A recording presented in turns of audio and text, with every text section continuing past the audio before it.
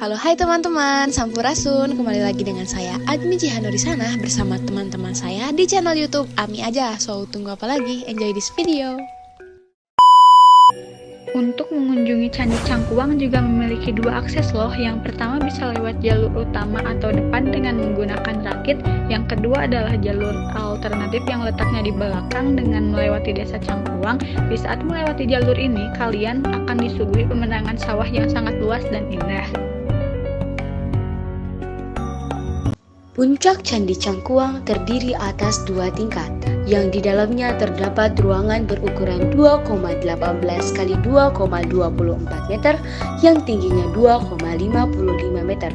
Di antara sisa-sisa bangunan candi ditemukan juga arca dengan posisi sedang bersila dan di depan kaki kirinya terdapat kepala sapi atau disebut juga dengan nandi yang telinganya mengarah ke depan.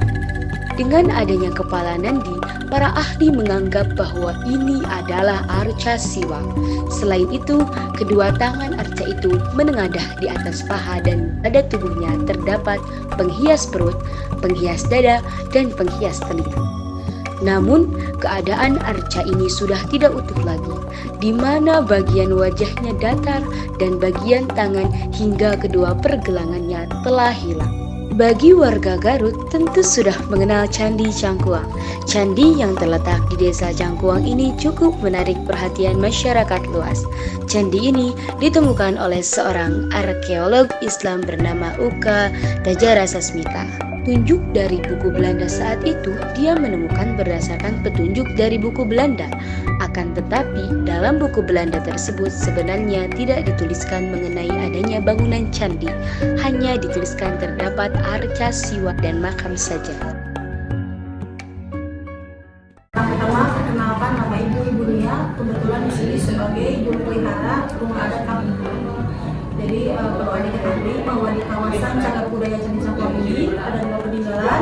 Yang pertama peninggalan agama Hindu dengan adanya bangunan candi. Yang kedua peninggalan agama Islam dengan adanya makam kuno, makam adat Muhammad, dan komplek rumah adat yang tadi ada lewati. Jadi kita berbicara dulu mengenai sejarah candi. Candi ini ditemukan kembali pada tanggal 9 Desember 1966 oleh seorang ahli purbakala yang bernama Dr. Darmas Uka Chandra Sasmita. Jadi cara menemukannya itu beliau berpedoman dari sebuah buku yang dikarang oleh seorang Belanda, di mana di dalam buku tersebut dikatakan bahwa ada desa Cangkuang, ada makam kuno, makam Arif Muhammad dan arca Dewa Siwa. Jadi tidak dikatakan adanya bangunan candi. Tetapi para ahli merasa curiga mengapa ada arca Dewa Siwa, tidak ada bangunannya. Dilakukanlah proses penelitian penggalian. Dari hasil tersebut telah ditemukan fondasi candi. Ukurannya itu 4,5 kali 4,5 meter. Kebetulan letak dari fondasi ini bersebelahan dengan makam. Jadi bisa dilihat letak dari candi dan makam bersebelahan itu hanya kebetulan saja.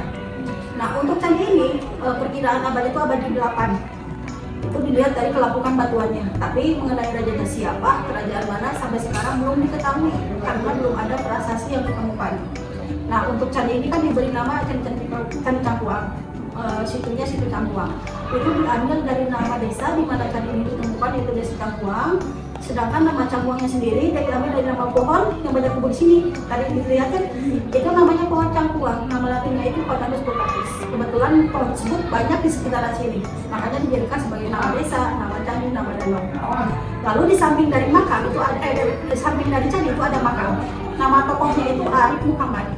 Arif Muhammad itu adalah tokoh penyebar agama Islam, khususnya di kampung pulau ini pada abad ke-17. Tetapi Arif Muhammad ini bukan orang sini asli. Dulunya itu beliau adalah seorang panglima kerajaan Mataram. Waktu itu beliau diutus oleh Raja Sultan untuk menyerang tentara Persia di Batavia, tetapi beliau ini mengalami kegagalan. Jadi beliau tidak berani kembali ke Mataram, melainkan sehingga di sini menetap menyebarkan agama Islam. Nah, bukti penyebarannya bisa dilihat ada Al-Quran, bukti itu Tauhid dan sebagainya.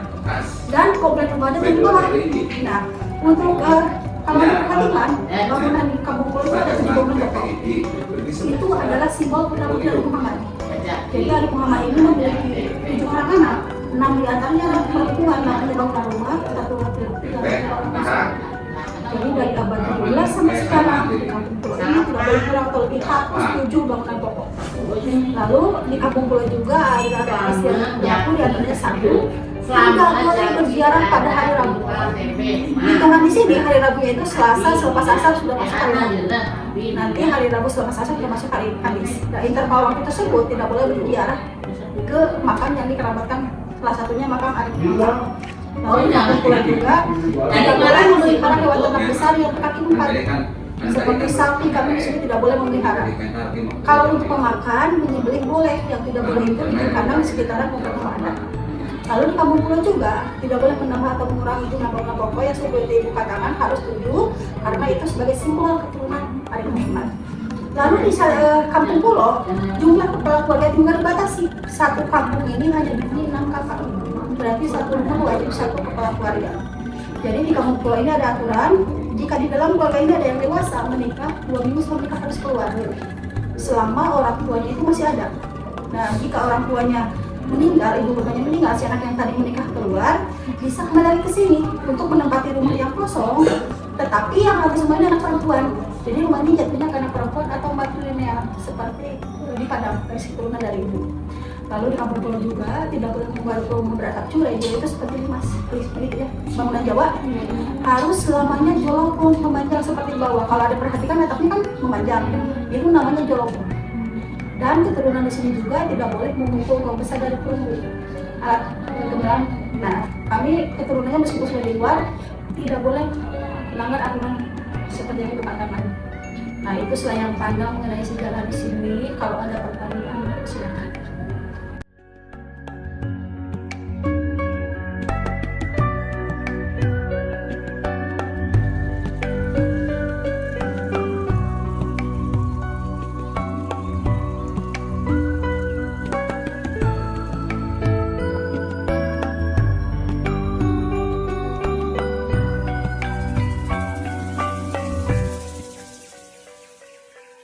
Islam di sini abad 17 bukan hanya beliau, tapi beliau ini Arif Muhammad ini tokoh sentralnya. Nah, salah satunya ini pengikut beliau yang membantu proses penyebaran agama Islam di kampung pulau ini. Namanya Sunan Pangadegan. Letak makam itu ke sebelah barat. Tadi ada pakai motor atau pakai rakit? Oh, kalau pakai motor itu kan ada bukit. Nah, di atasnya itu ada makam Sunan Pangadegan. Kalau pakai rakit ya yang di sebelah barat. Nah, ini masih pengikut yang dalam Arif Muhammad. Itu kalau maksud yang hara yang tulisan itu apa? Itu pelukisnya. Oh. Kebetulan yang melukis ini kan 2 lukisan. Yang ini Sunan Pangadegan, yaitu Arif Muhammad. Tapi ini juga hasil imajinasi pelukis. Karena kan di sini tidak ada fotonya, tidak ada sketsanya sama sekali. Kebetulan yang melukisnya itu Pak Hara dari Tangerang, tapi beliau masih ada darah Jawanya. Nah, ini tahun 2017. Nah, kalau yang lukisan Arif Muhammad itu yang di depan itu tahun 2007. Itu sama pelukisnya itu. Oke.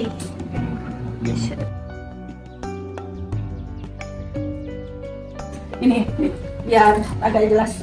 Oke. Nah, kalau ada perhatikan kitab yang di dalam lemari ini kan peninggalan yang benar Arif Muhammad. Kertasnya itu terbuat dari kulit kayu. Nama pohonnya itu pohon sae. Nah, seperti ini namanya batang pohon sae. Pohonnya nanti bisa dilihat di luar di dekat pohon cangkuang. Nah, ini namanya batang pohon sae. Jika kita ingin bikin kertas, yang diambilnya itu kulitnya. Seperti kita ngelupas singkong, kan singkong diambil dalamnya. Kalau ini diambil kulitnya seperti ini. Ini baru direndam kurang lebih 3 hari 3 malam pakai air biasa. Nanti ini ada 2 alatnya. Kalau dulu mungkin pakai batu ya, lebih tradisional. Kalau sekarang lebih modern. Ini alat untuk menggepreknya. Jadi ini setelah direndam kan akan lunak. Lalu digeprek. Setelah digeprek ini hasilnya akan seperti ini. Mengapa ini ukurannya panjang?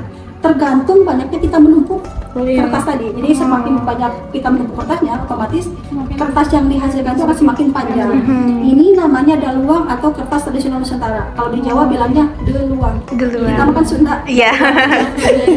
Daluang. Pokoknya bisa di luar dulu ya. Telapak tangan 10 jari. Khusus lukisannya sanes kuas. Upami anu lukisan anu itu makan pakai kuas biasa. Upami ieu mah pakai tangan. Biasa di apa kan ini teh mau kirang langkung 40 menit. Enggak ngelukisnya. Wow. Tapi itu kan baru alam juga. Tapi katanya yang memang yang didapat oleh pelukisnya itu hanya 40 menit. Karena setelah itu tidak ada gitu. Wow. Keren. Nah, lalu ini nih Ini tadi belum diceritakan bahwa di Kampung Pulau ini kan memang sudah Muslim semua. Ya. Cuman tradisi atau kebudayaan yang bernuansa Hindunya sampai sekarang masih dilakukan. Sebagai contoh di Kampung Pulau itu ada acara ngibahkan benda pusaka atau memandikan benda pusaka. Biasanya dilakukan di rumah Bapak Kuncen atau Wakil Kuncen. Nah, adapun yang untuk alat-alatnya itu ada menggunakan sesaji-sesajian, itu ada biasalah seperti itu. Dan benda pusakanya ada berupa keris, batu peluru, ada berupa pedang, itu macam-macam. Nah, itu biasanya dilakukan tanggal 14 Mulut jam 12 malam. Ya, jadi seperti agenda rutin tahunan. Ya, Jadi tiap 1 tahun pasti ada satu hari itu untuk menggunakan benda pusaka. Nah, ini dilakukannya di rumah Bapak Kuncen. Lalu di Kampung Pulau juga ada ritual, bukan ritual ya, bentuk rasa syukur sehabis panen. Namanya diiskeun pare. Ya, mungkin di daerah lain juga ada. Biasanya diiskeun pare itu sehabis panen, 1 minggu atau 2 minggu setelah habis panen, biasanya orang yang panen itu bikin nasi kuning, didoakan, dibagikan ke tetangga atau ke saudara. Nah, itu diiskeun pare. Lalu ada istilah mitembian. Mitembian itu ritual sebelum tanam padi. Jadi setelah dicangkul si sawah itu ada sesaji-sajian ditaruh di pojokan, nah baru ditanam padi. Nah seperti itu. Jadi di sini meskipun sudah Muslim, tradisi kebudayaan yang diambil itu kebudayaan itu masih dilakukan sampai sekarang.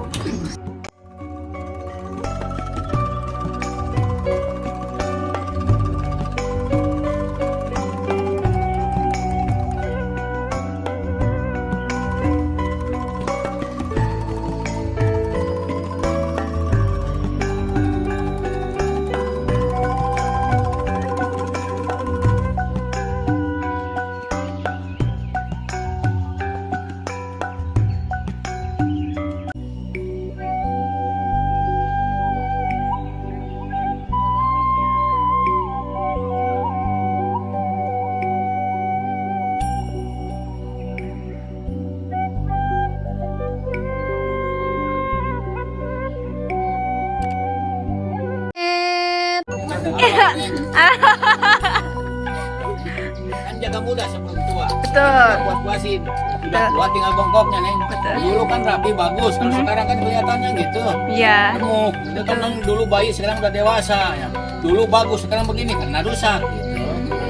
Mungkin itu aja yang dapat kita sampaikan mengenai peninggalan sejarah Candi Cangkuang. Mohon maaf apabila ada kesalahan dalam perkataan maupun dalam perbuatan. Saya Admi Jihanurisana, pamit undur diri. Jangan lupa sabit kaib.